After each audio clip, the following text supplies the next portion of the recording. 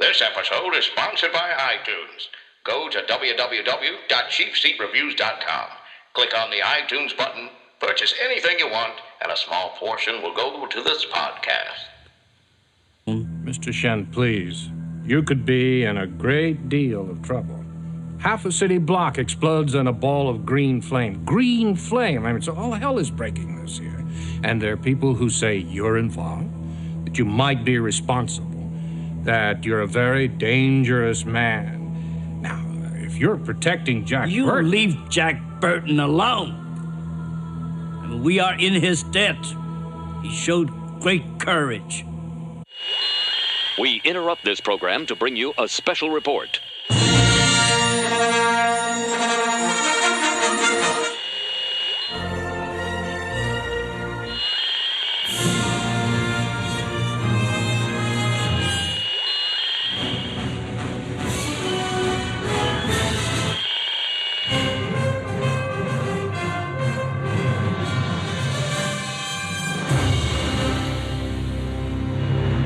This is Cheapseat Reviews.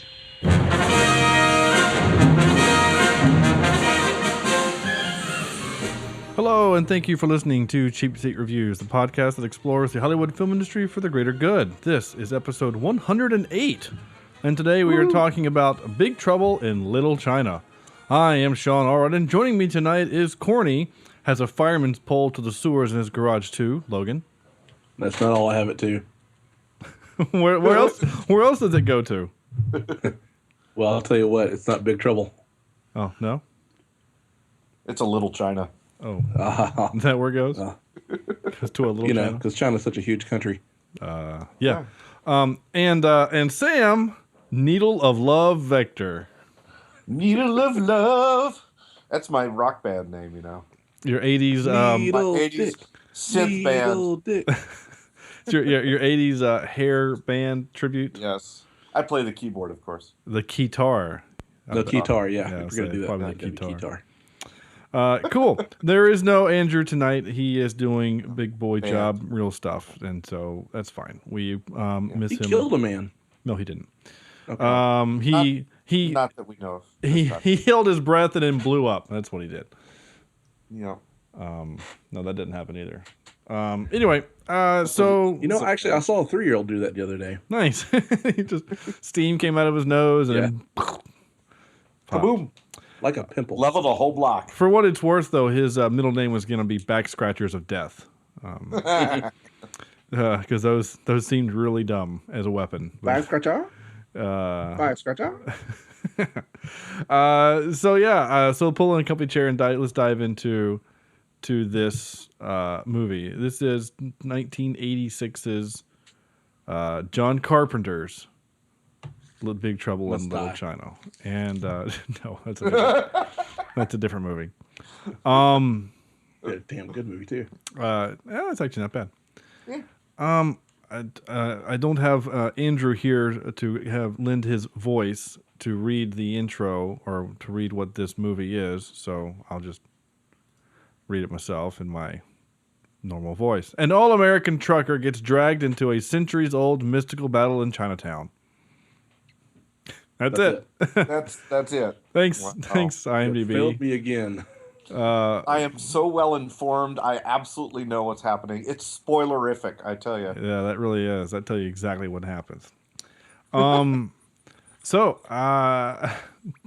Big Trouble in Little China. Had any of you guys ever seen this before? Was this anyone's first time viewing? This was my first time viewing this movie.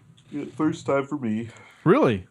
Yep. So all three of us were first timers on this. This is we were virgins to the Little Chinas. I'd kind of hoped that one of you had seen this before. Sam, frankly, I figured it would be you because just because it's an 80s thing and you're a couple of years older than us, and by a couple I mean 30. So what are you saying? I'm saying that most of my friends... You're saying you're old, Sam. Most of my friends who are older, who think that all great film ended in 1989, would think that this is the greatest movie ever made, or something like that. No. So I have friends like that, and I think a couple of them listen to the show.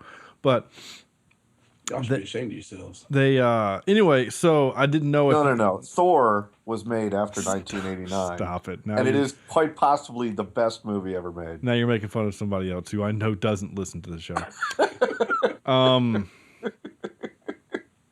So I too was a virgin going into this. So this will be interesting to see what three dudes who had never seen this movie before think of a movie 30 years later, and if it held up. So Corny, I'll let you lead off.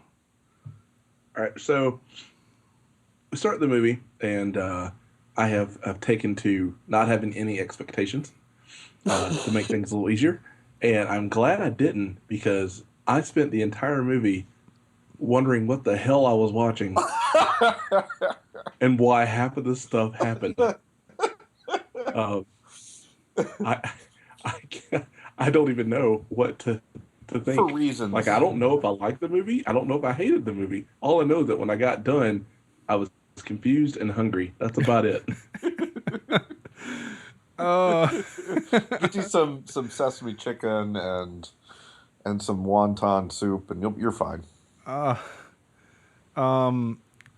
Corny, I eat no damn soup. I'm glad you said that, because I'm kind of along the same lines with you. Now, this is also the same guy who loves Scott Pilgrim versus the World, so I can see. Yeah, no, but this movie is nothing compared to that. That movie is clever and has social commentary and things that matter. Racist. This one's a little offensive and a little. Like I'm a little black. I mean, this is. I mean, I don't know. I mean, it's a little. I don't know. Maybe it's not offensive. I mean, in 1986, I'm sure it wasn't. No. But it. My God, this movie. So. Yeah. I will say this, and I know this is not my turn, but I feel like going into this episode, somebody's gonna have to convince me that this is a good movie. And this might, I mean, so far, Corny, I don't think you're going to be the one. I don't know, man. I'm 50% on this. I don't know what I liked. Either I liked it a lot or I hated it. I'm not even sure. So maybe we'll be maybe we'll go on a journey together, you and I, with this movie, and we'll see where Sam comes, if he's the leader towards one side or the other. So Sam? Well, this was my first time seeing this thing. And for some reason, I had heard that this was a good movie. I don't know where I had heard that, and from all appearances, it's not so. How do you describe something like this? It looked like it was made on some sort of 9mm camera. Everything was grainy. You know, you could absolutely tell it was the 80s. There's no digital restoration of this type of film. It's just bad. The sound was bad. And I know you're going to talk about that, Shawn. The sound was horrible. The guns all sounded the same. That's that 80s gun. Yeah, how they ricochet off glass and wood. Yeah. And within the first few scenes, when we're having the big mafia standoff, I don't even know what they were doing. Chinese standoff, the Chinese standoff, because we can't say Mexican standoff because they're all Chinese. And they had just shot each other up, right? So there's a bunch of dead bodies kind of laying around, and then they start running at each other. And I noticed one of the guys running had a gun. Yeah, in the air, and I'm like, just use it to shoot the people coming at you. Instead he's running with the gun up in the air. Yeah, I think he kind of missed. Yeah. The sidekick to Kurt Russell's character, I wanted to punch him in the face. At the beginning of the movie. Oh my gosh. At the beginning of the movie. Say it, Sam. At the beginning of the movie. Okay, thank you. Because by the end of the movie, he would have kicked your ass. By the end of the movie, he was actually flipping awesome. I mean, literally flipping. Super annoying in terms of he knew everything that was going on, but it was like, it's too dangerous. We must go here. Too dangerous. We must go there. Well, if it's too dangerous, why don't we just get out of here and do something else? Well, his girl's there. He's got to stay with his girl. I don't know. It seemed like really bad motivation to go through what they had to go through. But this movie got super freaky, super quick. Like it escalated. Yeah. And from the Raiden characters that pop up. I'm so glad you said that. I'm glad you With said the that. hats, and especially the lightning, that's all I can think of there. But the little meatball with the eyes, and the really badly costumed werewolf that pops up at the end of the movie. Yeah, I'm not sure what that was either. It's just if someone said, "Hey Sam, I want to see a movie that will take me back in time to the mid '80s, that will give me the feel of the '80s," I think I'd throw him this movie. Especially if I didn't like him. It's just the synth was horrible. The soundtrack was horrible. And about halfway through the movie, I thought to myself, I bet you this thing would be that much better had you completely erased the soundtrack and put in something else. Towards the end, there was a constant beat that was going on that started giving me headaches because it never stopped. I'm kind of with Corny with, I don't know what the hell was happening. Where were they going? There was no rhyme or reason to some of the directions they were going in whatever building they were in or subterranean areas. I don't know. I was confused. I was really confused. And being the first time I saw this, and I'm not going to watch it a second time, I'll tell you that much.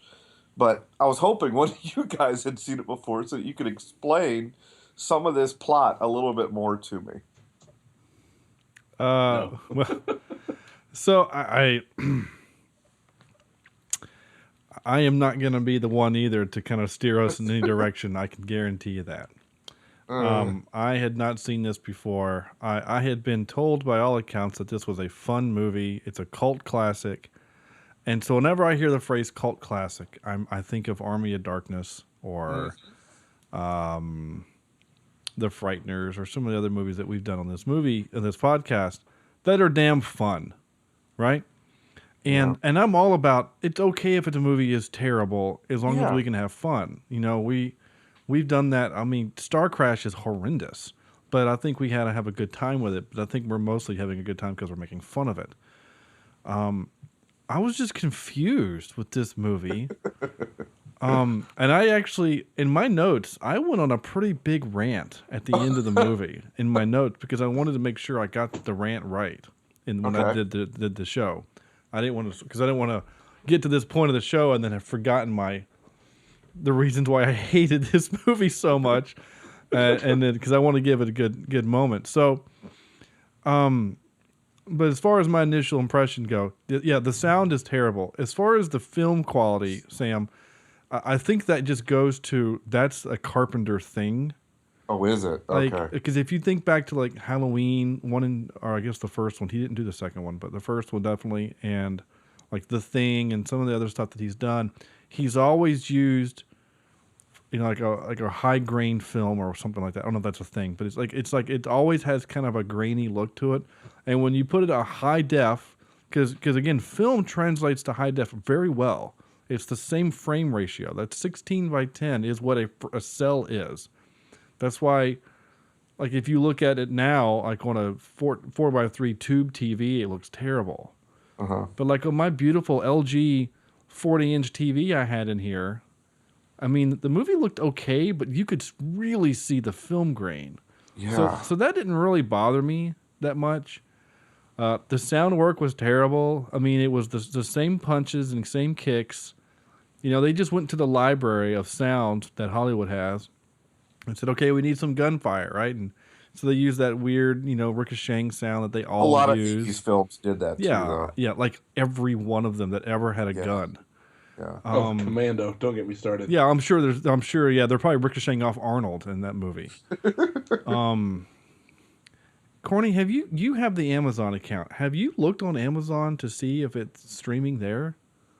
Commando? No, I have not. I will. That might be worth a look while we're just going on a rant here. Anyway, so there's a lot of the physical aspects of the movie that are pretty terrible. The cartoon lightning that Raiden has. But see, I'm okay with that because you go back and look at the original Ghostbusters. Yeah, but Ghostbusters again is like 7 years earlier. No, 86. No, it's the same. It's about the same time actually. Yeah. So I'm okay with yeah, that. no, yeah, I was my point was like some of those things I'm okay with, right? Like the sound effects were terrible, but whatever. The bad lightning, whatever, that's fine. The sky moving in strange things, and a lot of the practical effects of the movie, they were cheesy, but I was okay with them. The weird meatball thing was ugly, but I thought it was actually fairly well done. it looked good. I just didn't know what the hell it was, other than it was called a Guardian, and it was a good thing that Egg was there to tell us things. But and so again, that stuff didn't really bother me. The stuff that bothered me was the dialogue and the story. God. And yes, the motivation seems strange, and I just okay. I'm actually kind of ready to get on my soapbox here for a second. All right, do you guys want to go anywhere else before I do that, or no? Stand on up. Let's hear this thing. You ready? Yeah. All right. So I got to pull my notes up here. Okay. All right. So this is truly my biggest issue, and I might say that again later on. I don't know, but for right now, okay.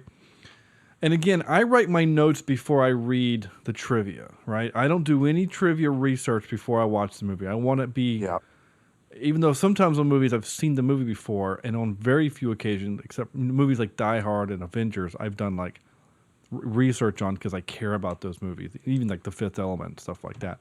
But as far as this movie goes, I wanted just my initial gut reaction, right?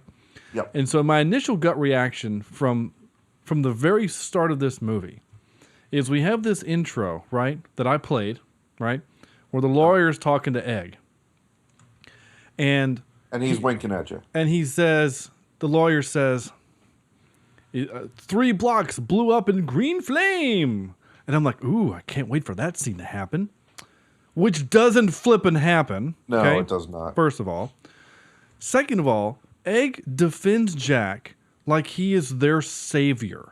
Okay? Yep. Which I thought that was what this movie was going to do, right? There's that movie called 47 Ronin with Keanu. Yep.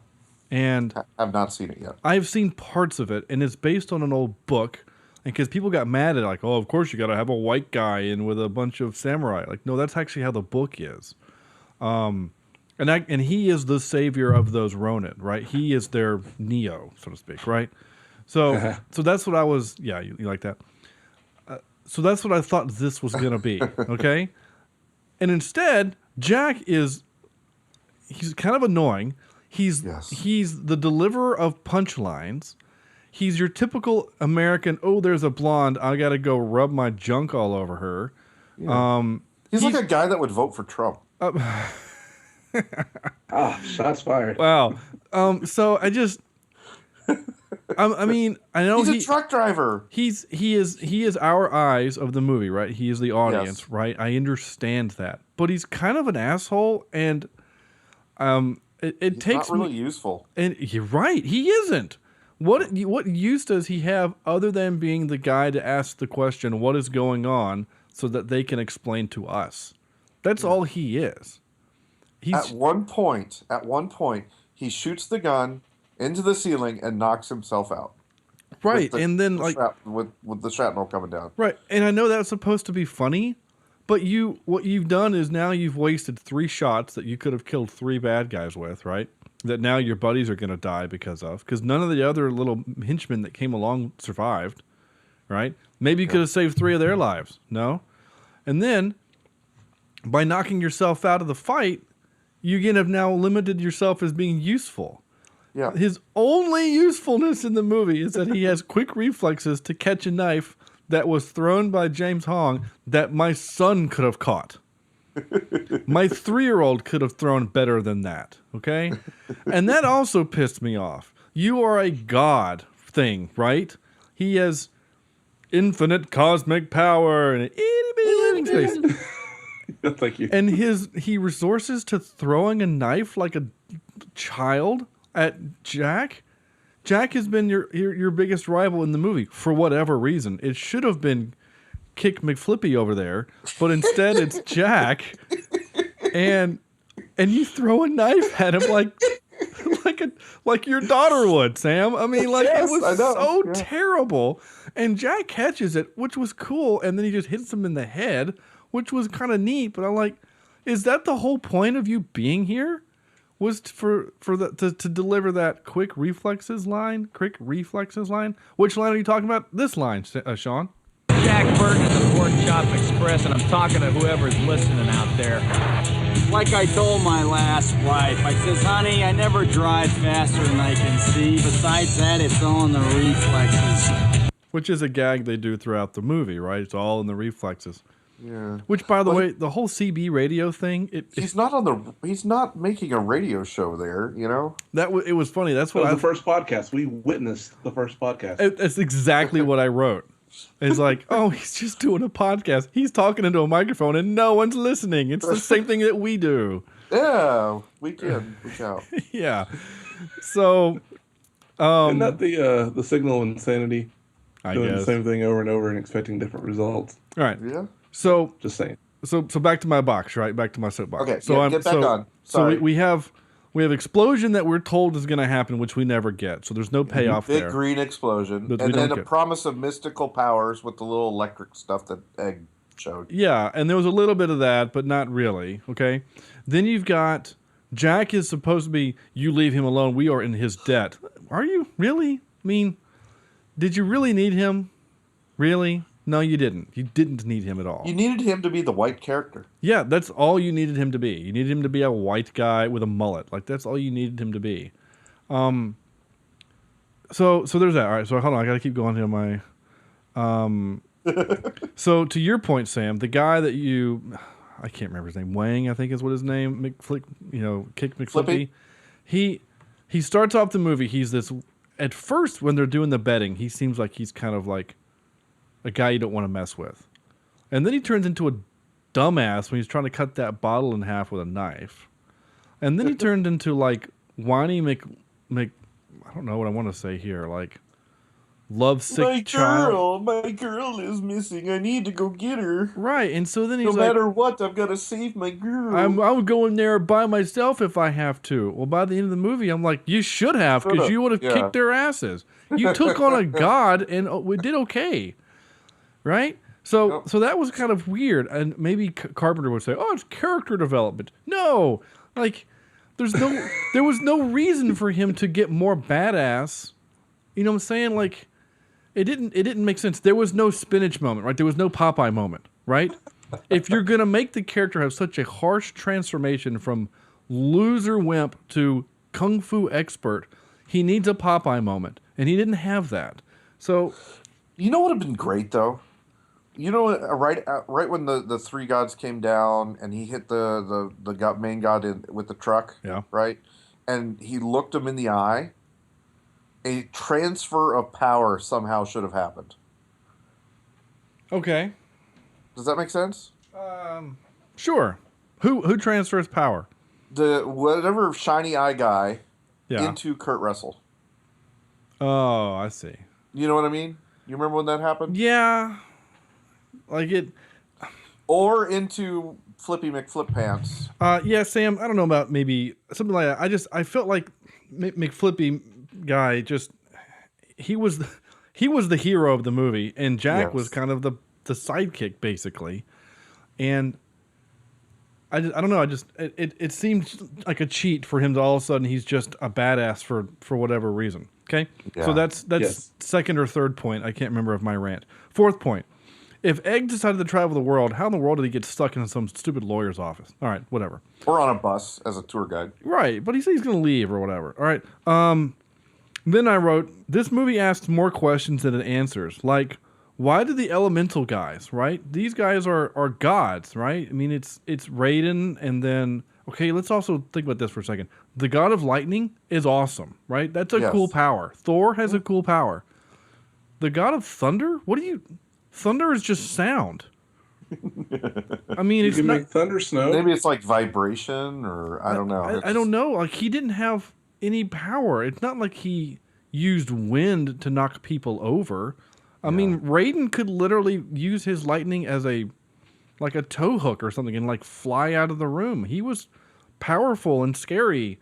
Thunder just he blew up into a weird thing and then exploded for no reason. And then Rain Guy, you could have at least been like a waterbender and like thrown water at people. You know what I'm saying? Yeah. Like if you're gonna be these like three, moist. You just make people moist. Just make people moist. So they were but here illegal in Texas, by the way. But here's the weird thing, right? So they, ew. Here's the weird thing, right? So at the beginning, when like our laying dry, boy. That's a dry rub there, sir. Yeah. Oh. Dry heat, you know. So at the beginning, when we first meet them, right, they come down out of the sky, right, and then all the Chinese guys there, right, they're the gangs, right, they shoot them as you would with aliens or beings or gods that come out of the sky. You shoot them, right, and nothing happens to them, right, because they're gods. But now that we've traveled to the end of the movie and we need them to die, one of them is crushed to death by a statue, and the other one gets killed by a sword. He stabbed me with a sword. How weird is that? He stabbed me with a sword, Mel. How weird is that? So nice. Yeah, anytime I can sneak in Serenity and it fits, I'm going to do it. But it was dumb. Like, wait, hold on. You changed your own rules. I mean, if you're going to make them immortal and make them hard to kill, then make them maybe that old squinty eye has to like use a spell on them, you know, yes, or and then they can be vulnerable, right? Or something. I give you the sword of the Flip Flam, and it can kill the thing you got. Like, you know what I'm saying? Like, I've been holding on to this for 2,000. Did you notice that all of his years were very specific? It wasn't. We've had this for 2,000 years. No, 2,538 years ago. Like. This thing happened. He said that like track. He said it like 3 times. It was fun. That was actually kind of funny. But have that, you know, like this is the dagger of hockey puck, and you can use it to kill. There's hockey puck sitting on my desk next to me. That's why I said that. But you know what I'm saying? Like if you're gonna do that, then fine. But don't just make them die because the story doesn't need them anymore. It was really, really dumb. And then my last thing is I wrote is this movie sucks. So that's kind of the end of my rant. But the movie was, to me, a letdown, a major letdown. Yeah. I don't know what I was expecting though. It was action adventure. I don't know. For some reason, I thought it was going to be almost Indiana Jones-esque or something. I don't know. See, I've seen a lot of other Carpenter movies though. Like Escape from L.A. is tropey and silly, and he surfs a tsunami. Okay, like let's think about that. He surfs a tsunami, and there's paratrooping things happening, and he uses a hologram, and he has to play basketball in order to live. Like that movie sucks, but it's fun. You know, like I'm saying, like it's real dumb. And Bruce Campbell is in that movie, by the way. Well, then that movie just got a lot better. It does get a lot better because of that. But like that movie, and Steve Buscemi is in it, which makes it even better, you know. But that movie sucks. I mean, that movie is really bad. But it's fun. It's a fun ride, you know. And they established the rules real early that Snake Plissken is a badass, but he shows he's a badass again in magical ways that he can ride a tsunami on a surfboard, things like that. But like the whole movie, he's consistent. Whereas Jack is supposed to be a badass, and he gets his ass kicked multiple times. But he does have a good one-liner like this. Son of a bitch must pay. So, I thought that was kind of funny. It almost has a Doom quality to it. That music? Oh, or that and son of a bitch must pay. Son of a bitch must pay. Come get some. Yeah, bad voice acting. Oh. But in the 80s, that's the good stuff. Right, I will say this. Kurt Russell's acting in this movie was terrible. Yes. It was awful. I mean, and I say that from a standpoint that he has done genuinely good movies. He is actually genuinely good in Tombstone. Yes. He's actually good in that movie. as a good actor. Now he's just mostly the time he's just angry acting. He's just mad at the world. But I still love it. I still love the movie. I'll be a Huckleberry. That's a good movie, and he's good in it. But he's not good in this movie. When he says really stuff like, if we're not back by dawn, call the president. And then winks at Kim Cattrall. What are you doing there? It's so creepy. It's weird. And if I would have known that kind of creepy stuff actually worked on women, I would have had a lot more women. Yeah, I think we feel like in the 80s, that's just the way things worked. I mean, I don't know, like, because he's muscular-ish and he can wear a wife beater and he has a mullet, he can just, like, Cattrall just, like, I mean, she all but, like, drops her pants for him at the end of the movie. Yeah. Or I could just... Actually, in the deleted scene, there's a... I mean, she literally says, well, you can just get a larger truck where two people could ride. Like, she was willing to drop her career and just go ride in the back of a truck with him and have sex with him whenever. Like, what did he do to earn that? Nothing. Nothing. Have you seen Kurt Russell in the 80s? Hey, he has good reflexes. He does have good reflexes. He threw that knife into, what's his name's head. So okay, hold on. Let's. I didn't even think about that until just this second, right? Kurt Russell, he pulls his knife out earlier in the movie, and he drops it, right? Like it's a gag throughout the movie that he's terrible with this knife, right? Yep. And then even in the moment there, he aims the knife, he throws it, and misses really badly. And then James Hong goes over and picks it up, throws it, he catches it, and then all of a sudden, in that moment, is the only time he's good with the knife. Yeah. Again, you're changing the rules. If he's clumsy McGillicuddy the whole time, then the last time.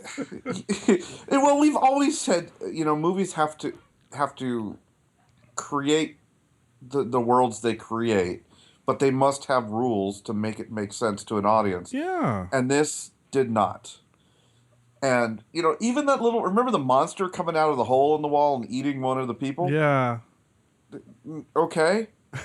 What was that? Yeah. Like, why was that not a guardian or, some sort of... Yeah, that seemed way more terrifying than floating meatball. Yeah. Holy crap. Have you guys ever seen Aqua Teen Hunger Force? Yes. Is that where they got that meatball from? I never thought I would actually have a reason to do this, but I used to do a pretty good meatwad impression. Yeah? Back in the day. Are you going to do it for us? Oh, yeah, maybe. He's getting in character. Yeah, that sounds like... I watched that about 3 episodes. Because it's a floating meatball and a soda drink and fries. And it freaked me out. By the way, you gotta check out some Rick and Morty. Hey, Shake! Yeah. What are you doing today, man? Yeah, it's not bad. Yeah. Not bad at all. You got getting my nerves. Shoot. Actually, yeah, it's pretty good. Actually, I think that's actually a little bit better than your Sean Connery. You insulted that one. Yeah, I was waiting for wait just a damn minute. Did you guys notice that Egg, when he was driving that tour bus, he was flying through those streets? Yes. My God. I hope you got that film that you're taking those pictures on a high speed. Jeez, he was flying. Get that on sports setting, folks. And then he almost sports setting. I don't know if that was a thing in '86. With your Nokia, 35 millimeter camera. What's my next one? Oh, this. This is one of the worst intros of a character I have ever seen on TV. Don't panic. It's only me, Gracie Law. What? Yes! I was hoping you would get that. That is so terrible. First of all, no one is panicking. Like, they're all in a room. He's pissed about his truck. And the guy says, "What are you doing here?" And she says, "Don't panic. It's only me, Gracie Law." No one is panicking. Like, her dialogue in this movie was terrible. Oh, and Lord. It didn't make sense some of the time. It's almost like it was written in Chinese, translated to English, and then guessed at by someone who speaks Spanish. Who lives in Central Africa. No, No, it makes no sense. It makes absolutely no sense. And really, she's a lawyer, and her name is Gracie Law. Like, why couldn't Jack Burton have been Jack Driver? And then Margot was Margot Ryder, and then Wang could have been Wang Kicks a Lot. I don't know. I mean, it's just so stupid.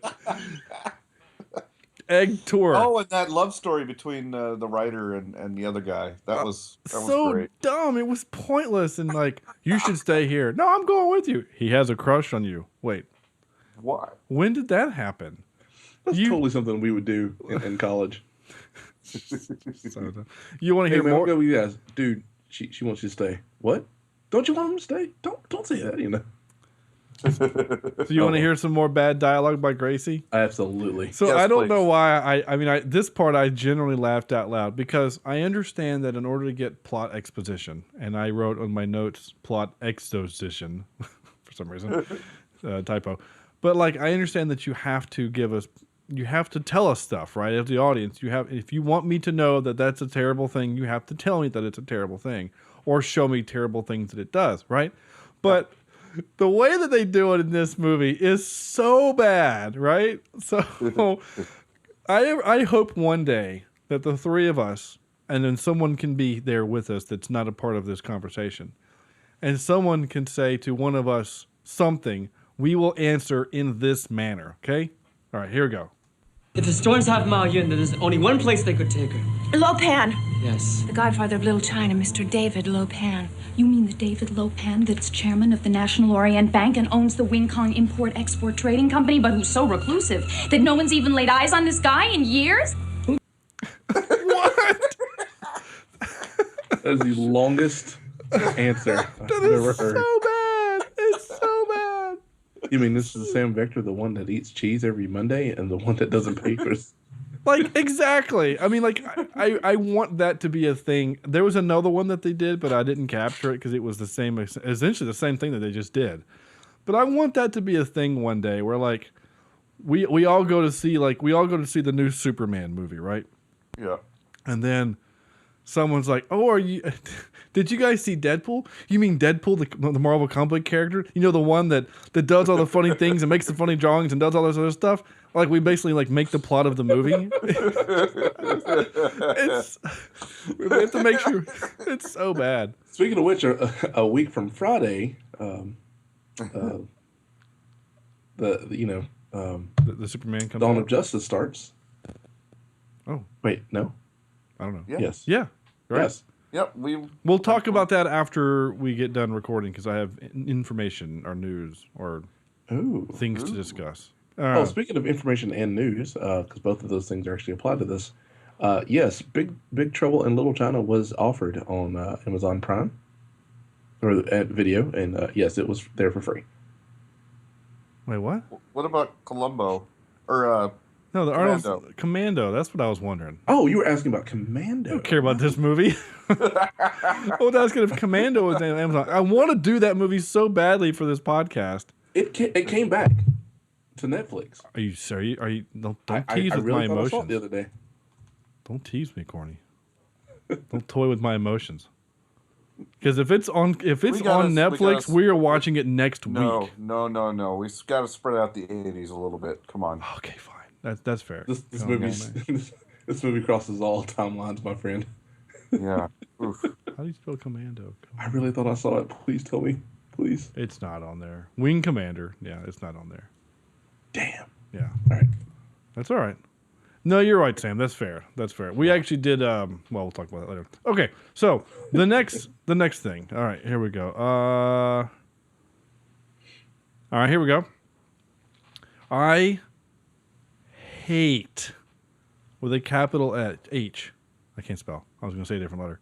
Capital H. Hate when people in real life and in movies say this. This is gonna take Cracker Jack timing, Wang. Total concentration. You ready, Jack? I was born ready. I hate. Brah? I was born ready, brah. I might as well have said brah.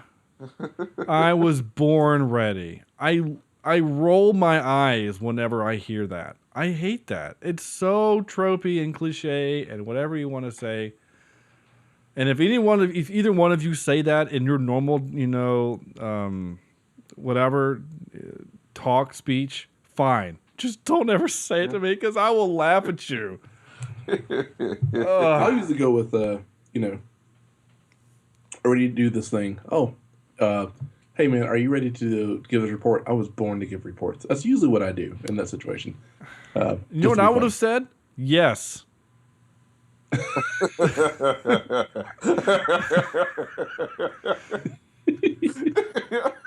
Yes. Or sure.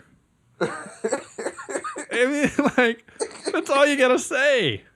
Or you could nod, even. Just nod. I'm doing it now. No one can see it, but I'm doing it now. You can just nod. Yeah.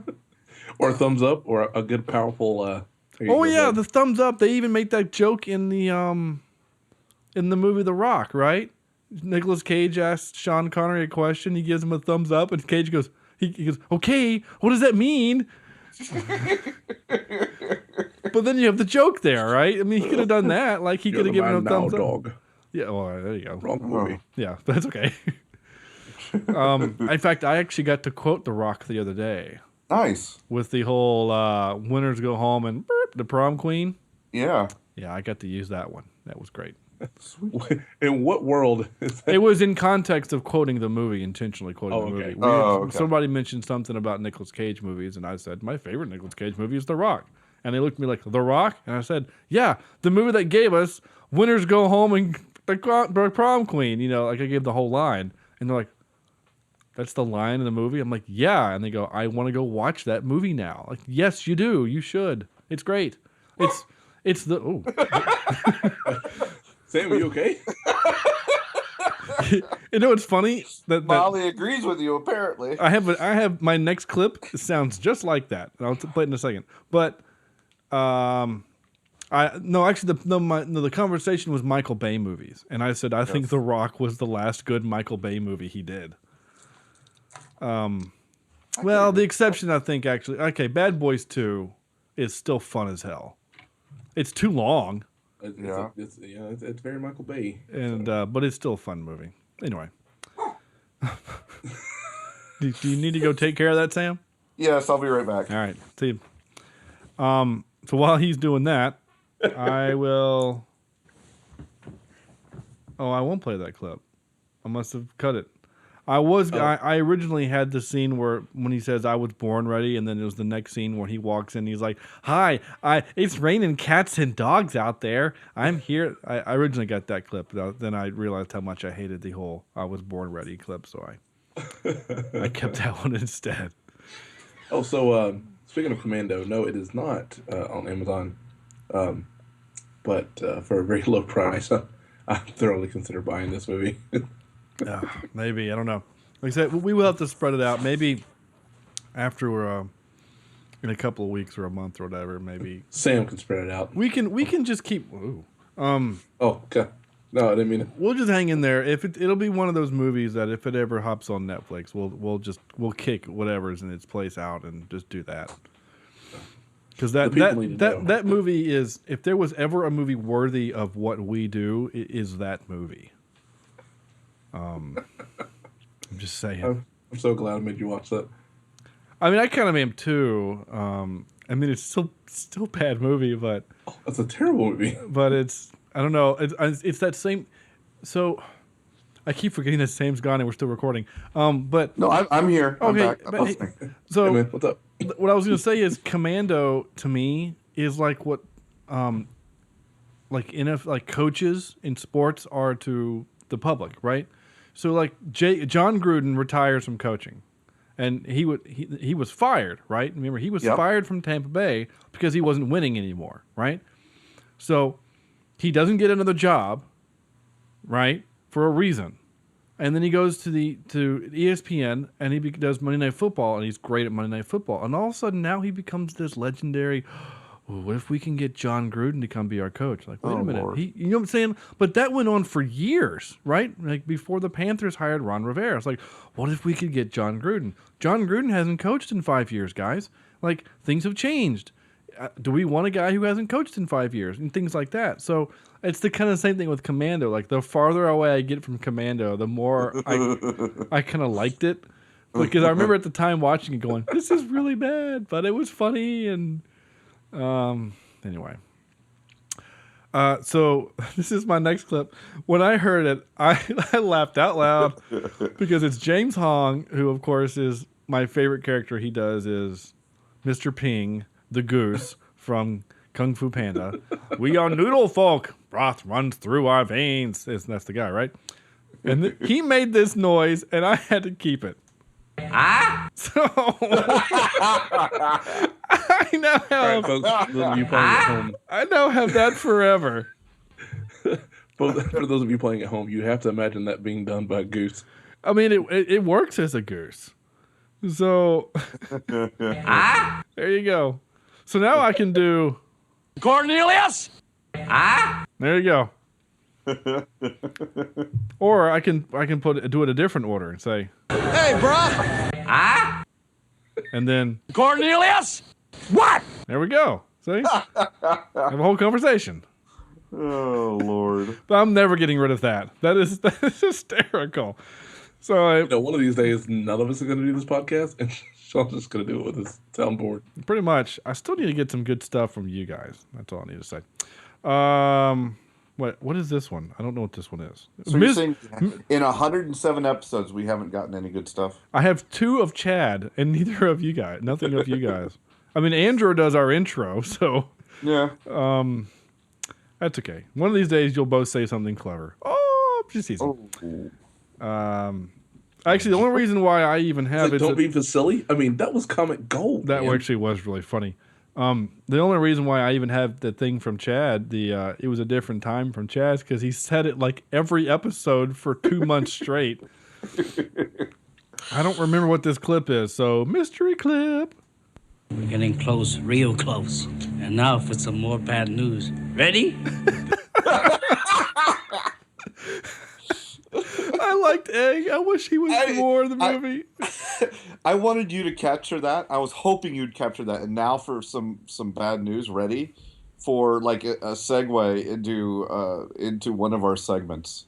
Oh, I see what you're saying. I would love to have that. You know, at the end of our intro music, all of a sudden, are you ready for some bad news? Ready? Yeah. Okay. I can do that. Maybe we can keep that. We're back. Right. We'll be back next week. That's how we transition into trivia. Yeah, there you go. I do the Audible promo, and then you hear. We're getting close, real close. And now for some more. I'll cut out that first part, right? So I'll do. Real close. And now for some more bad news. Ready? And then I do trivia. I like this. How the heck did John Carpenter let that go through? I mean, that is horribly. I mean, ready? I don't understand. But then the news that they got wasn't funny. Like I expected it to be kind of funny because the line is delivered funny, right? We all just laughed at it. So I figured it would be funny. You know, it's like, oh, we got good news and bad news. Well, what's the bad news? Well, the bad news, but like when you deliver it like that, it's supposed to be a funny bit, but it wasn't. And he's like, what's wrong now? Well, she's gonna die or something. I don't know. Oh, that turned sour real quick. And so, and then, all right. So before that point, actually, when they're trying to escape, right? They got Kim Cattrall. They got her and the writer, right? They got her in prison, whatever. Did you guys find it really strange that the writer was allowed pen and paper and could jot notes down, and Cattrall was freaking hogtied? Did you guys see that? Like, what is happening here? Like, is it in her mouth a lot? Like, is it because Cattrall is kind of hot? Like, is that why we put her like that? Is that what's happening? Or is there like a deleted scene where she's like beating the crap out of the other guards and like, we need to subdue her, so we're gonna rope her feet and her hands to a gag in her mouth or something? Like, it was weird. But anyway, then they're escaping, right? And they're in that tunnel of goop and whatever. He crawled through half a mile of shit-smelling foul. Oh, sorry. That's the closest I can do to Morgan Freeman. Anyway, and then Like they come near each other. Like so he's like, you're gonna have to stop rubbing up against me because you're turning me on. Blah blah. And then they start making out, and she's like, oh my god, is this really happening? Like, wait a minute, you just saw like aliens and gods and magic, and this is what you're freaking out about? A dude with a mullet kissing you? You've got way bigger issues right now. Or maybe not. Maybe that's just, I thought that was real dumb. No, that's what it was. That's what it was. It wasn't when they were down there, right? It was when they're in the elevator. That's when it was, right? When he's in the elevator, go upstairs to go knife, when he's going to go knife in the head, right? That's when she says it. Anyway, it's still dumb. It's still really bad.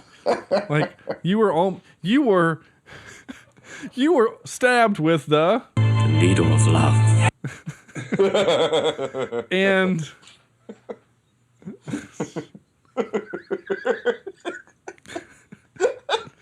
that's what she said. Needle of love. I thought about actually introing that as like I got audio. Your wife gave me audio on what you call it. Needle of love. That's right. Oh. And he just stabs her in the arm, and then he's all making weird noises and stuff, and it didn't make any sense. Like, okay, we all watched Stardust, and I think we mostly all. Well, I know Sam and I both loved that movie, and I think Chad was the one that was iffy on it. I can't remember, Corny. You were only because we forced him to watch it. I liked it. Yeah, I watched it a couple times with you. I get the concept that the star is a person, fine, and that if the witch eats her heart, they become young again. I'm okay with that, but you just have to marry her, and then you like what? That doesn't seem very mystical. No, I have to marry her.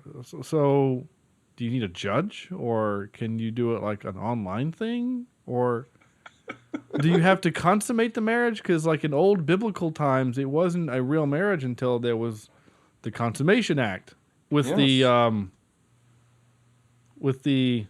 needle of love. You know, that thing happening. In 1934, the Consummation Act was passed. Right. I mean, and so it just seemed really kind of inconsequential, you know? It seemed like a thing that was just made up. So how do we get him to stay in human form? Like, what's his motivation for kidnapping the girls? Well, he needs them to get to become human again. Okay, how? Should he have them kill them? No, because we want him to be able to die. Okay, so he needs to be able to do something. How about marry them? That seems legit. I don't know. It's just dumb. It was dumb. The whole movie is dumb. It's dumb. If you love this movie, I'm sorry. I am. I am. I don't feel bad. I'm just sorry that this is your favorite movie.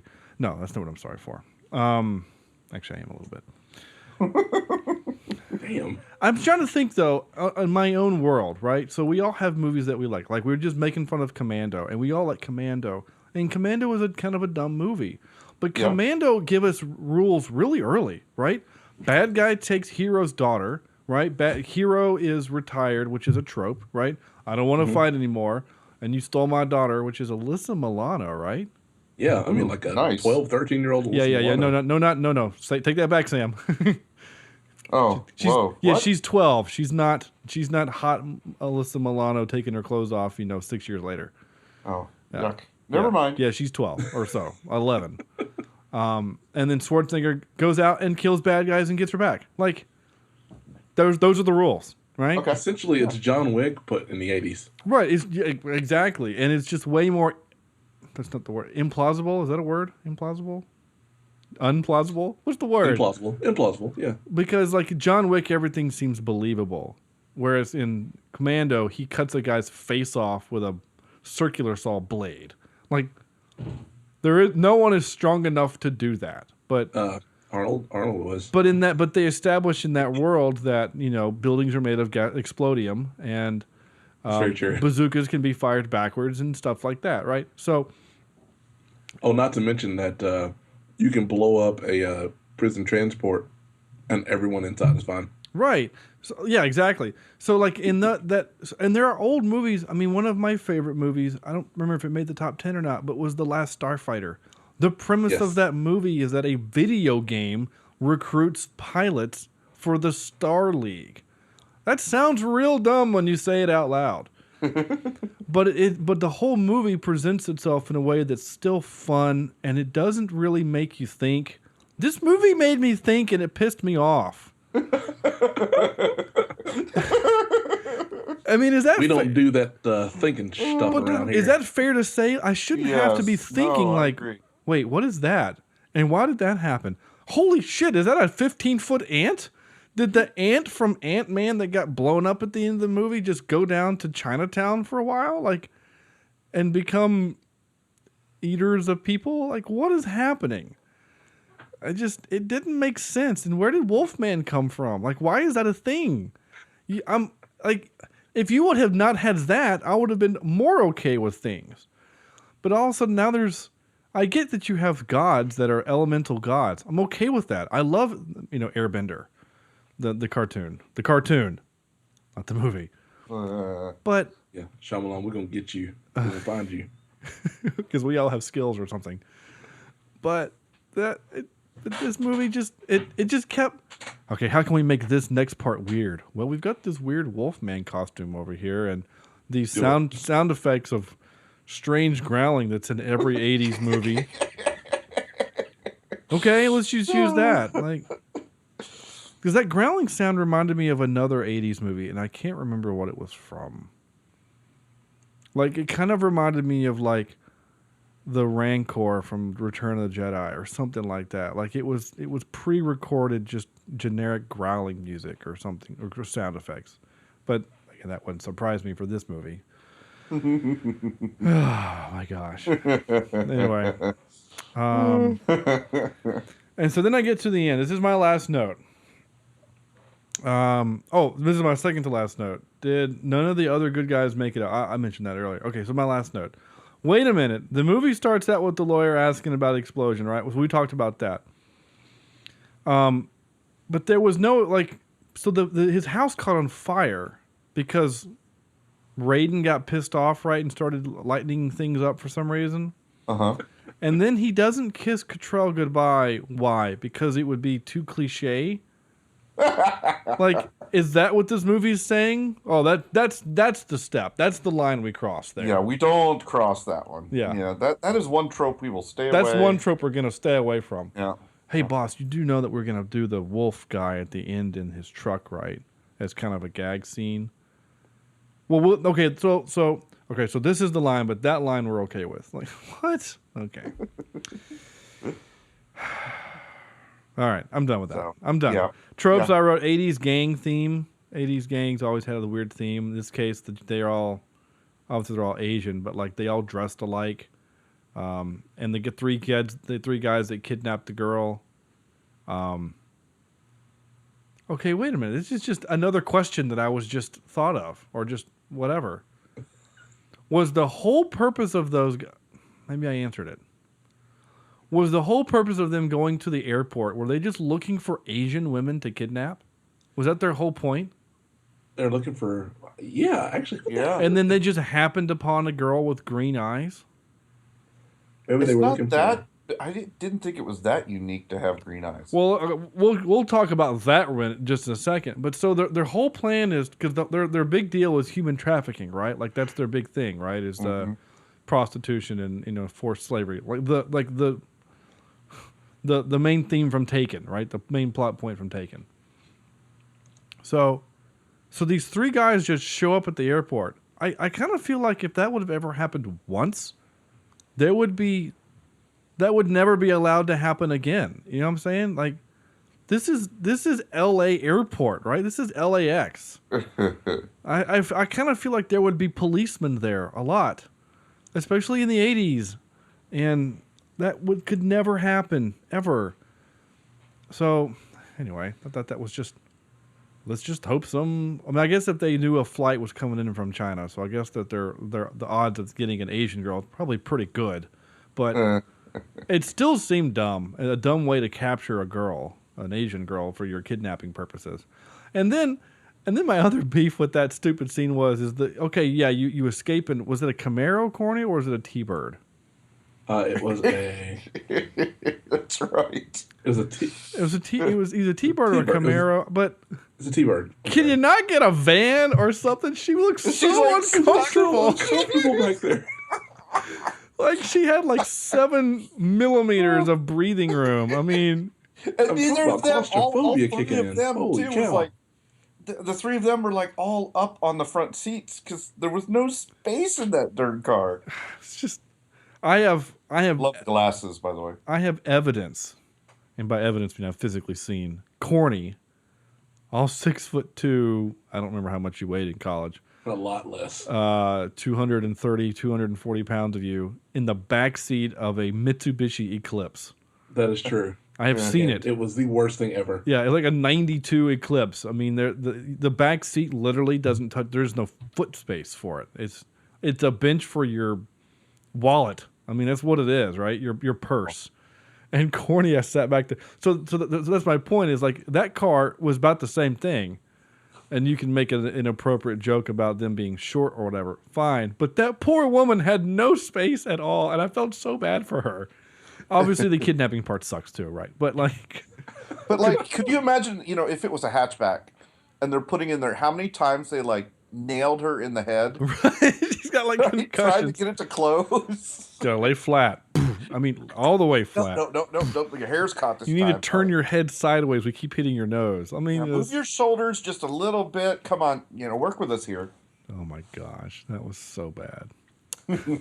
So bad. All right. Is that it? Especially since like the fate of the world depended on this kidnapping. Well, they didn't know that yet. Yeah. They didn't know that yet. And that's the other thing. If all you needed was a girl with green eyes, it didn't have to be an Asian woman, right? Because Kim Cattrall was going to be it, right? Right. Are you telling me that there's not one person that's wandered through Chinatown in the last 2,000 years that doesn't have green eyes? It's not that rare. No. I mean, my eyes are kind of green-ish. But you wouldn't want to marry a redhead. I would, but I kind of did. Sarah's brunette-ish red. But no, he wouldn't. But his monkey ape werewolf was a ginger, so he obviously isn't. That sounded kind of offensive. I don't know if you monkey wolf. I did write that in my notes. What did I write? Wolfman. Oh, they have a ginger troll. That's what I wrote. Ginger troll, nice. Which is the plot of Troll 2. Yeah. That apparently can't close its bottom jaw. Yeah, well, 86. They couldn't. Well, I don't know. I mean, God, they could freaking make Yoda talk. They could have made that thing be able to close its jaw, I guess. The power of Jim Henson. Yeah. That's the big difference between Jim Henson and or Frank Oz. Which well, Frank Oz was the voice. Yeah. Okay. Henson made the puppet. Yeah, that was Jim Henson's crack addict brother who did that one. Okay. Jack Henson. Jack Henson. Yeah. Well, his son, I don't know his first name, but his son directed the Muppets Christmas Carol movie. Oh, Jim I Henson's like that son. one. Yeah, it's a good movie. We watch that every year. At Christmas. You would. We would. They do the joke in that movie that I love, that bit that they do where like the rat has to climb over the fence and he's scared to jump because it's a long way down because he's a rat, and he jumps and he falls in the snow and he gets up and he's like, oh man, I left my jelly beans on the other side, and then he just walks under it, and then he grabs the jelly beans and then walks back under. He's like, you could fit through those bars the whole time? Yeah. You're such an idiot. What? Like, it's a funny gag. Other movies do it. Whatever. Anything else we need to talk about before we get into trivia? Let's do it. His. All right. Should I do it?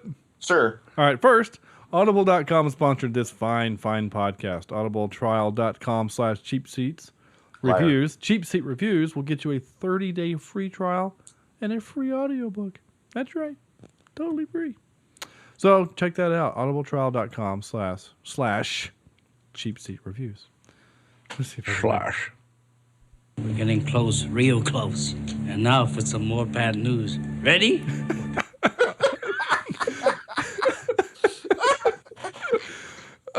Kurt Russell confessed on the DVD commentary that he was afraid of starring in the movie because he had made a string of movies that flopped in the box office. When he asked John Carpenter about it, he told Kurt that it did not matter to him. He just wanted to make a movie with him. I don't care if it's successful or not. Let's make a movie. All right. That's not how things work. But Yeah. Chinese characters in the main title translate to evil spirits make a big scene in little spiritual state. I think Okay. that's a better movie. That was a bad Google Translate. Yeah, it was. According to 1986. According to Mr. Carpenter, the opening of the film with Egg, Shen, Victor Wong, in the lawyer's office was added at the request of 20th Century Fox executives. Once again, Fox ruining shit. Yeah. In order to make Kurt Russell's character Jack Burton more heroic. Without the added scene, the film would have started with Jack driving to San Francisco. And I argue that that would have been a better scene. Yes. If you eliminate the lawyer scene, I am now not anticipating a giant explosion Yep. and Jack being awesome. Right?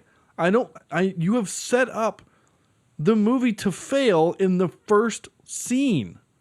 So, good job, Fox. Way to Once go. again. This was just their first attempt at screwing something up. And then, of course, 20 years later, they'd screw up Serenity, Firefly. And I'm not over it. And Nor will we ever be over it. No, ever. Well, I'm over it. No, you're not. No, you're not. If you are over it, then you're not a fan. You're in denial. Which isn't just a river in Egypt. Does it flow out of Central Africa? No, it doesn't. Because Central Africa's not real. Damn it. And helium-3 isn't real, and you can't shoot guns in space. And... Oh, Lord. Oh, wait, that's all real. Damn it. Things we learned on this podcast. See, if nothing else, if you've been listening to this show for all 108 episodes... First of all, God bless you. And second of all... I don't even do that. You've learned... Yeah, no, I don't do that either. But that's fine. It's our show. But you've learned stuff, right? We've learned you stuff. And more like real-world stuff, not just movie stuff. Yeah, real practical stuff you'll need to know in the real world. Yeah, like if you're ever on Jeopardy and they mention something about Central Africa not being real, you can be like, no, that is false because it is real. And I learned that. Perhaps you're an astronaut on the moon and you need to kill somebody. Yeah, you need to kill Hitler on the moon. You can shoot him with a gun. Yeah, because it'll work. Yeah. Well, we learned that in Armageddon, actually. That's right. They use guns in space. In fact, What's-His-Face has that great line. What are you doing with a gun in space? No, that's good. Jackie Chan was Jake Carpenter's? Not Jake Carpenter. That's a friend of ours. John Carpenter was John Carpenter's first choice to play Wang Chi, but producers, who is McFlippy. Yeah. But producer Lawrence Gordon was highly against it, in fearing Chan's English wasn't good enough after seeing his performances in Battle Creek Brawl and The Protector. But Carpenter wanted Chan after the success of Police Story, which is a good movie for a Chan movie. Chan declined anyway, and Dennis Dunn was cast instead. If they would have cast Jackie Chan in this movie, I would have liked it way more. I'm just saying. This is a movie that Jackie Chan and his style of what he does and the humor that he puts in would have been perfect. Yes. Yep. Yeah. I mean, the whole fighting would be different and would be more interesting. And see, this movie deploys that 80s style of martial arts where it's that Ninja Turtle style where if you're a bad guy who we don't know your name, one kick defeats you, right? Yep. In an ordinary, a normal human, one kick, we're just mad and we just keep fighting until you beat the crap out of me and then I'm down, right? But in these movies, just one kick and you're done. But Jackie Chan broke that mold. I mean, in Jackie Chan movies, it takes... Yeah, quite literally. Yeah. Well, yeah, it broke his ankle and foot and arm and face. But he does this thing where if you're going to defeat a bad guy, it takes a lot of it. Even just the minor characters, the guys that aren't your sub-bosses or bosses. It takes a lot of... hit points to take down a human. It does. It really does. I think he would have been great in this. But, and I'm not saying that Dennis Dunn is bad. I don't know him from anything else. I didn't look him up, though, either. But whatever. We mentioned this joke earlier. The Three Storms were partially the inspiration for the popular character of Thunder God Raiden from Mortal Kombat fighting video games. Nice. Oh, good. I actually feel vindicated. Right? I mean, that's why he has the big hat in the game. I mean, it certainly isn't from the movie where he's... Oh, it's not even just the hat and where it's the Highlander. I mean, there's some of the moves that he does that I saw, like, Raiden does that. Like, Raiden actually does that. And I thought, maybe, just maybe, this is a copied after. Yeah. Otherwise, I'm going to be like, man, that's really just coincidental. Yeah. Well, yeah. Obviously, the video game copied the movie because the video game came out many years later. In the DVD commentary, John Carpenter jokingly says that Kurt Russell's character Jack Burton is the hero of the movie. What? Let me read that again. It didn't. Okay. In the DVD commentary, John Carpenter jokingly says that Kurt Russell's character Jack Burton is the hero of the movie, but other than killing Lo Pan and saving Wang when he shoots the guard, he is more of a sidekick throughout the movie. So again, my rant is vindicated and confirmed by John Carpenter himself, but I didn't know that when I went on my rant in my notes. But that tells me more. That pisses me off more than it makes me happy. It's like, well, then why did you portray him as the hero? I don't know. It just makes me whatever. Because Hollywood. So this is the next part of the show where we play Corny's new game called the Recasting Game. Well, I got news for you, boys and girls. We don't have to play the game anymore because they're making this movie again. Are you kidding me? Correct. They are, and they have already recast at least the hero. Okay. Oh, can I say it? Can I say it? Well, let's see what Sam would pick. I just want to see what Sam would pick. Okay.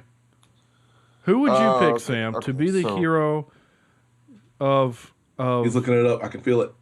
Are you No. Oh, good Lord. Nowadays, they go young because they always do. They would look for hunky guys. Yeah. I don't know. Maybe the guy from, was it Magic Mike? What's his name? Oh, I know you're talking about. Muscle Pants. Yeah. He was in the first... Channing Tatum? Channing Tatum, yeah. Thank you. Yeah, like a Channing Tatum or... You know, it'd be hilarious if they did... what's his name? The weed smoker guy. From Pineapple Express. Oh, James Franco?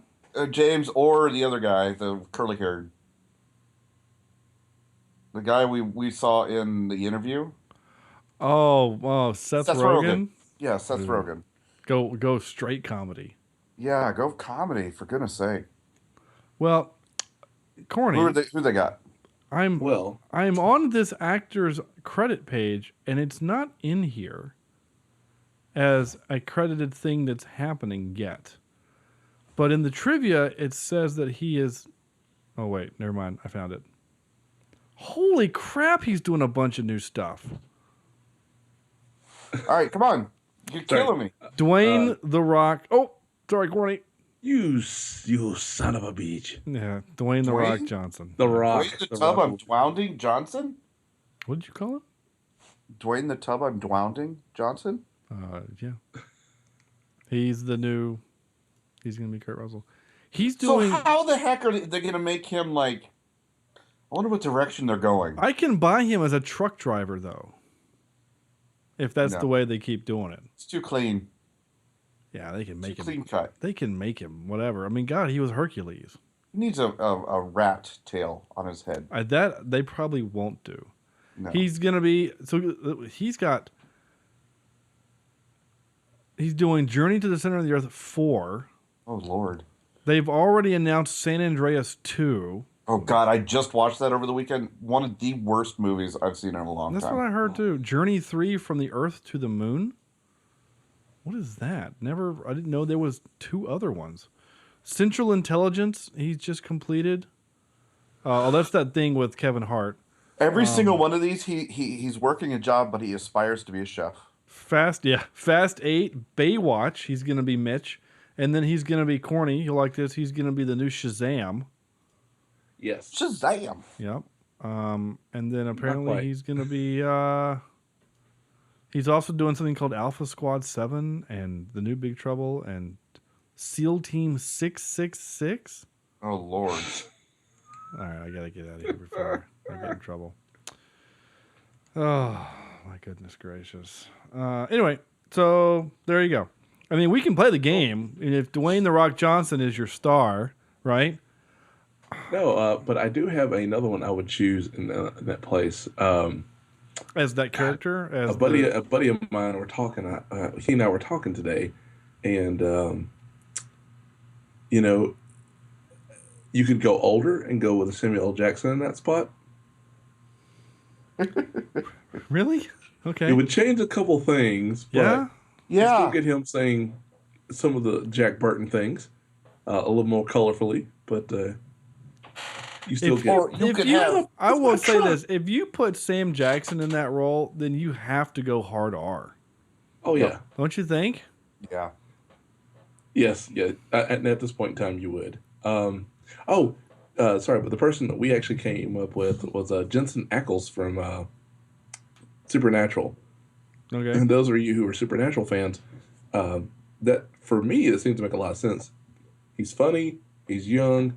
He can do the action comedy thing. But I guess it depends on who's producing it. Like if it's a Michael Bay production, then that means Megan Fox is going to be the Kim Cattrall girl. You know what I'm saying? Like I don't know who's directing it or producing it, but I mean, so the sidekick. Who do you get to be the sidekick? At this point in time, you can't do Jackie Chan. He's too old. He's way too old. Up and coming martial arts guys. Well, you've got the dude that we just saw, Stephen Chow from Chopped, Shaolin Soccer, and what is the one that we did for the podcast where I had to do the overdubbing? Kung Fu Hustle. Kung Fu Hustle, yeah. You could get him. Yeah. I'm kind of out of touch with my Asian kick flick movies now, like current ones. I figure. Well, all of us are. I don't know who else. Yeah. I mean, heck, you could probably Chad. Chad might be the only one that... James Hong is probably still... I mean, he's still doing stuff. Have him reprise his role. He probably could do it. I mean, he's not... In fact, he wouldn't have to do a whole lot of makeup when he's old, man. Oh. He was born in 29. All right? I mean, let's be fair. He is an old man, and he's still doing... He did Kung Fu Panda 3. I mean, all he has to do is sit in a room in front of a microphone. Could be his hospital room, but hey, whatever. But, I mean, he's still doing TV. I mean, he was in the new Elementary show. He's still doing movie. He's doing a movie called Untitled James Hong Film. And he's doing something called Fortune Cookie, which is a live-action movie. It's like, it's not a cartoon. So, I'm like, he's still acting.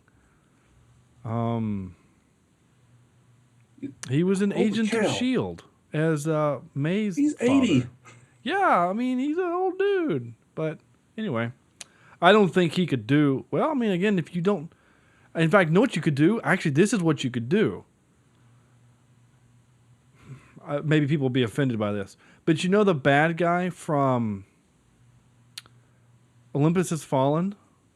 I think he's technically Korean. You know what I'm talking about? The tall bad guy from Olympus Has Fallen? I do not remember. It's been forever since I've seen that one. I don't know his real name. I don't know anything else he's been in. Anyway, he was also like the bad guy in the last Pierce Brosnan Bond movie. They had the diamonds in his face. Anyway. I also don't remember talk about now. Yeah. Like he could be like, so like if you actually get James Hong to come back to be old man him, and then that guy is young version, ghostly version him. Right? So you can get two different actors. You can have James Hong in a wheelchair, and then you get this other guy who can come around and actually do things. I actually want to see martial arts. I want him to fight, The Rock. You know, I want them to do things. I don't want him to just throw a knife in his face. Who would be the love attraction? That'd be interesting. Somebody good looking one out there though. That haven't been rude. Emily Watson. There we go. Actually, if you want to give this person, the character, less, because in 2016 you're not doing damsel in distress like you are in '86. You're just not. I mean, when you have movies like Fury Road, where the lead female character has a prosthetic arm and she can kick your ass, that's the way the kind of film is going a little bit. Strong, women who can take care of themselves. So maybe you do a role like Emily Blunt or something, Yeah. Who is a lawyer who also can fight, and it goes into the fight with them or something like that. I think these are all great ideas. You should hire me. Film studios, just as long as Fox isn't doing it. That's it, right? That's I don't know. Is it? I gotta go look at my script. All right, real quick, the look-like game. Everybody pull up IMDb. Ooh. Okay, yeah, hold on. I've got one. All right, go ahead. Jim Lau looks like Harry Potter's Asian cousin. Jim who? Jim Lau? Lau. Hold on. Or his uncle. And then James Liu looks like he just saw a spider. Okay. He's jumping up in the air to get away from All right, so which guy first? Jim Lau. Jim Lau is Harry Potter's Asian cousin. And they're right next to each other. And James Liu just saw a spider. The one, Corny, you got one? Okay. If you go up one above that, this is the one that I did. Jerry Hardin. Okay. He looks like an Oscar seat filler for when Spielberg goes up to accept an award. Okay, I can give you that one. All right, let's see here. Let's grab somebody.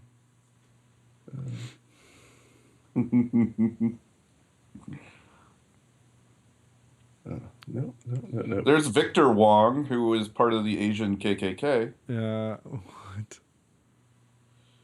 Egg. Yeah. Oh my gosh. That photo. Looks like he got punched in the eye. What the heck is that photo? I don't know. But when I first saw him, I was like, he's the grandpa from Three Ninjas. My gosh. I used to watch that so much. Anyway. You got one, Corny?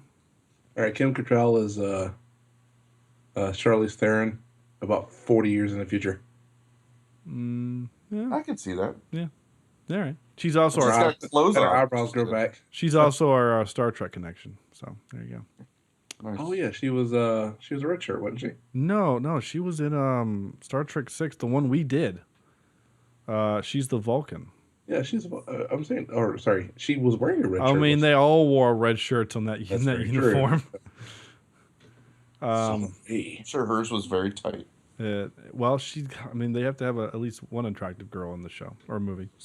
Soundtrack grade, I gave it a B for bad 80s. It was terrible. Yeah. Carpenter, you peaked. I got one for you. Okay. Sorry. Stuart Kwan. Asian Scott Tobias. I gotta find this person. Stuart who? Where is he? Stuart Kwan. Oh, yeah. Yeah, a little bit.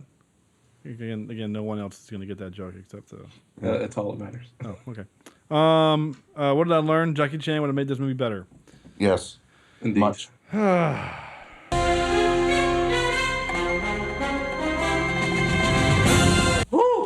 Top three Kurt Russell films.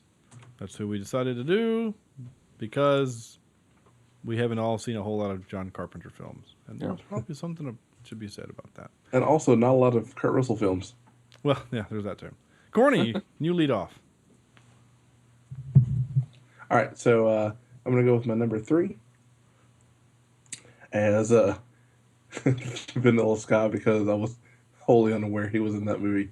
I've completely forgotten what he did in that, but I know I watched it, and all right. He's listed in that movie.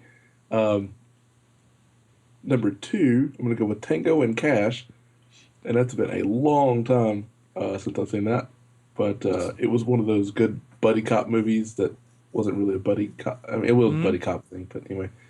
And then last but not least, one of my favorite movies, Tombstone. Yeah. Okay. I like Tombstone. No. Yep. Sam. All right, I've got a honorable mention to Miracle. Oh, wow. Where he wore a mullet, right? That could have been easily worn in this movie. Yeah, right. okay. My number 3 is Executive Decision. Yeah. Yes. When somebody dies, you least expect to die within the first 15 minutes? 3 minutes of the movie. 3 minutes. I mean, yeah. he dies. Like, what the hell? And he's top billed. Yeah. Yeah. And I've got my number 2 at Tombstone. Because I for some reason, I don't get into that movie as much as others. But my number 1 movie, and I love this movie, Stargate. There you go. I don't know what it is. And so many people hate it. And I don't understand the venom towards it. But I like that movie. It's got a great soundtrack. There's some parts that kind of suck and some parts that don't hold up. But I don't know. It's one of those movies like the first half is better than the second half. Like they didn't know how to end it or something. Anyway. Yeah. It's the same movies again, so I'm actually just looking through it and just pick something different, So maybe I'll say like honorable mention is Soldier, because I like Soldier, because it was it's a Paul W.S. Anderson movie and it's interesting. Number 3 would be Tombstone. As Wyatt Earp. It's a 3. Okay. Yeah. I thought you liked it more than that. Well, I've been given grief for this. I like Wyatt Earp better, the movie. Really? Yeah. Now, if you could take Kevin Costner as Wyatt Earp and put him in Tombstone the movie and get rid of Kurt Russell, that's a great film.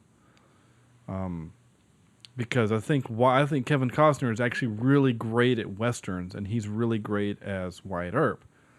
But Val Kilmer as Doc Holliday is awesome. And the rest of the movie has got a good tone. And I like Sam Elliott in the older brother role, the Virgil role. Yeah. And he's just a great voiceover. And so he's got a great voice. So anyway, I think, so Tombstone is number 2. Stargate I put as number 2. Again, I think it has its moments or whatever, but it's a fine movie. And then my number 1, I actually put as Miracle. Really? I really like Miracle, and I think he actually does a really great job acting in that movie. It actually shows that he can act and be good at it, unlike this movie we just watched. And that's it. We did not get any email. That's fine. Oh. But we did get some requests for movies via the Facebook and the Twitter. Oh, Twitter. Yes, the Twitter. So via the Twitter, Alan. Oh, it just went away. Hold on, come back. Alan to Extreme says Eraser is on Netflix. Just saying. Eraser is on Netflix, and before you had even sent me that suggestion, Eraser is on our list as well. So as soon as I saw that it dropped, I threw it into our list because I think Eraser is prime for what we do here on this fine podcast. We are also given the suggestion on the Facebook by Andrew Abernathy saying, "What's up, Andrew?" Yeah, man. Saying Spy Games is on Netflix and we should do Spy Games. So we are. Spy Games is our next movie. Okay. You make the request, we'll do it. That's the way the show works. All right. The Fomania's coming.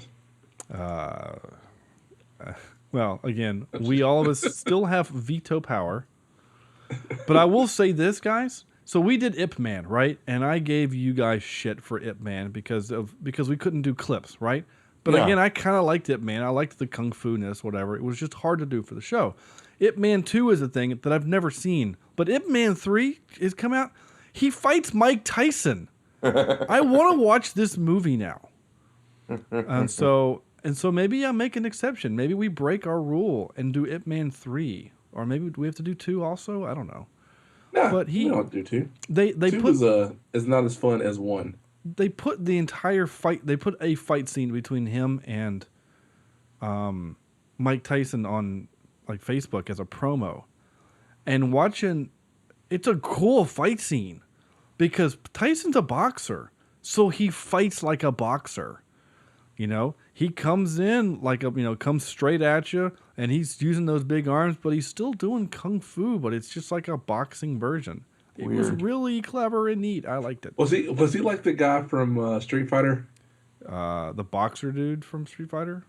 No. Oh, speaking of which, did you know that I found this out that our hated character M. Bison was supposed to be the guy Balrog, the boxer, and I believe the company thought they were going to get sued. Capcom thought they were going to get sued, or were threatened to be sued if they used M. Bison for the boxer because it was supposed to be Mike Tyson. Oh, right. And I think Balrog was actually supposed to be the flying dude or something to that effect. But yeah, a bunch of names got changed around. Cool. To protect the innocent and to not get sued. I like that idea. That's cool. So we will be doing, what did I just say? Spy Games next week. And Eraser is a little farther down because Eraser is kind of the same lines as some other movies. We actually kind of have a row of movies that are kind of similar. And I'm personally very okay with it because it's my genre that I love.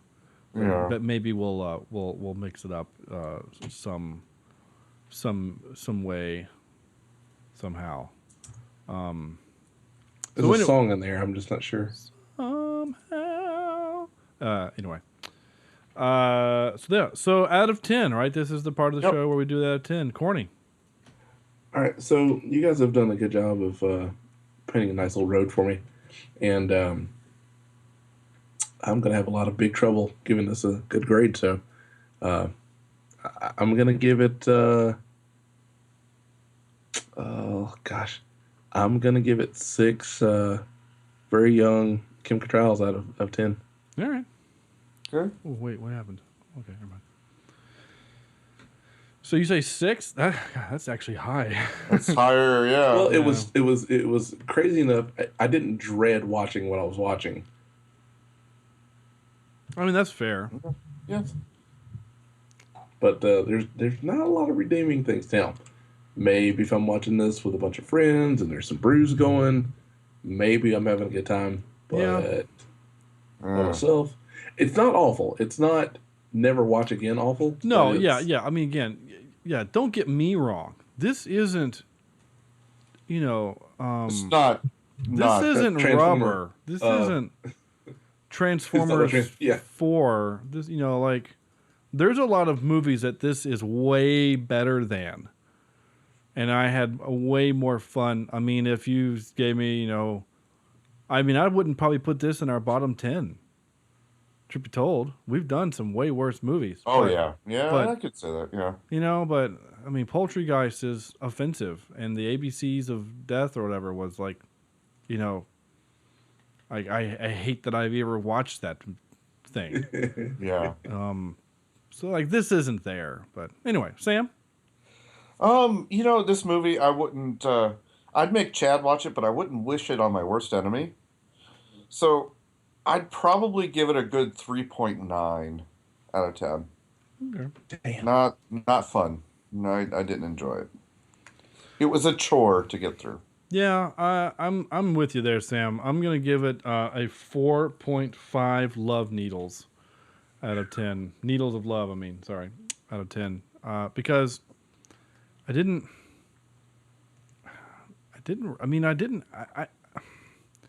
The only fun that I had was knowing I was going to get to rip the crap out of this movie with you guys. That was the only joy I took in this movie because I was confused and just, it didn't make sense. And again, I don't know how to make an analogy work any other way that what this movie did in setting its own self up for failure. I can't think of anything, maybe Oh, okay. Maybe like in like college sports or whatever, like when you have the team, it's like the number one team in the country, right? And then what is happening here? I don't know. We're hearing ads. Yes, we are. But like the number one team in like college football, like Alabama is gonna win the national championship, and then they lose every game by 40. That's kind of what happens. I don't know. Maybe not. That's a bad analogy. That's gonna do it. I'm done talking about this movie. Next week we're doing Spy Games. If you want to tease on what we got coming up, though, maybe not in this order. We might change up the order a little bit, but we've got The Punisher coming up. The Thomas Jane Punisher coming up. I do know at some point we will do the new Batman movie, the Batman Dawn of Justice movie. We will do that soon. I don't know when, how it'll fit in the pantheon of our whatever. But we also have we did get the request for Eraser, so we will be doing that sooner than later because it was requested from a fan, which we appreciate. Kingpin, National Treasure, 3 Days to Kill. We've got some fun movies coming up here. Again, they're all kind of violent in nature. Well, Kingpin's not. And really National Treasure isn't either. But that's okay. And Spy Games isn't super violent either. But so we've got some good movies coming up. If you have a request, please, we will do it. Clearly. So just, of course, you can send those to cheapseatreviews@gmail.com, or you may tweet us, or you may... oh, crap. That's the wrong thing. Oh, my God. That scared me. I hit the wrong button. Not a full... Man, that literally scared me. Random audio. I peed myself a little bit. You can, of course, tweet us at CheapSeatCast, or you can like us on Facebook and then send us messages on Facebook or whatever at facebook.com/CheapSeatReviews. You can follow me on Twitter at SeanJR. Sam is at Soniji16. Corny is at JohnnyDarko16. And Andrew is at A. Jemison. That's Jimeson. You may leave us a voicemail. Somebody, please do that. Leave us a voicemail. 704-271-4290. We will listen. We will play it on the air if I can get it to work, which I'm pretty sure it works. I don't know. I think that's gonna do it. Yeah. You guys watch anything? Daredevil's coming back out real soon. The new season 2. So I've actually been rewatching season 1. And it's so flippin' awesome. And it's going to have Elektra and the Punisher in it. So I'm really excited about that. And I'm just going to go ahead and say it right now. I'm really not that excited about the Batman movie. I don't really care. People keep asking me, are you excited for the new Batman Superman movie? Nope. Don't care. Because they can't figure out what the hell they're doing over there at DC. Is he dead? Is he Batman not dead? I thought he died in the last movie. Is he not? So they can't figure their stuff out. It's pissing me off. Well, if you want to hear something that, speaking of Batman dying... Well, hang in there. We're almost out there, Corny. So, on behalf of Corny, Sam, Andrew, this is Sean saying goodnight, and thanks for listening.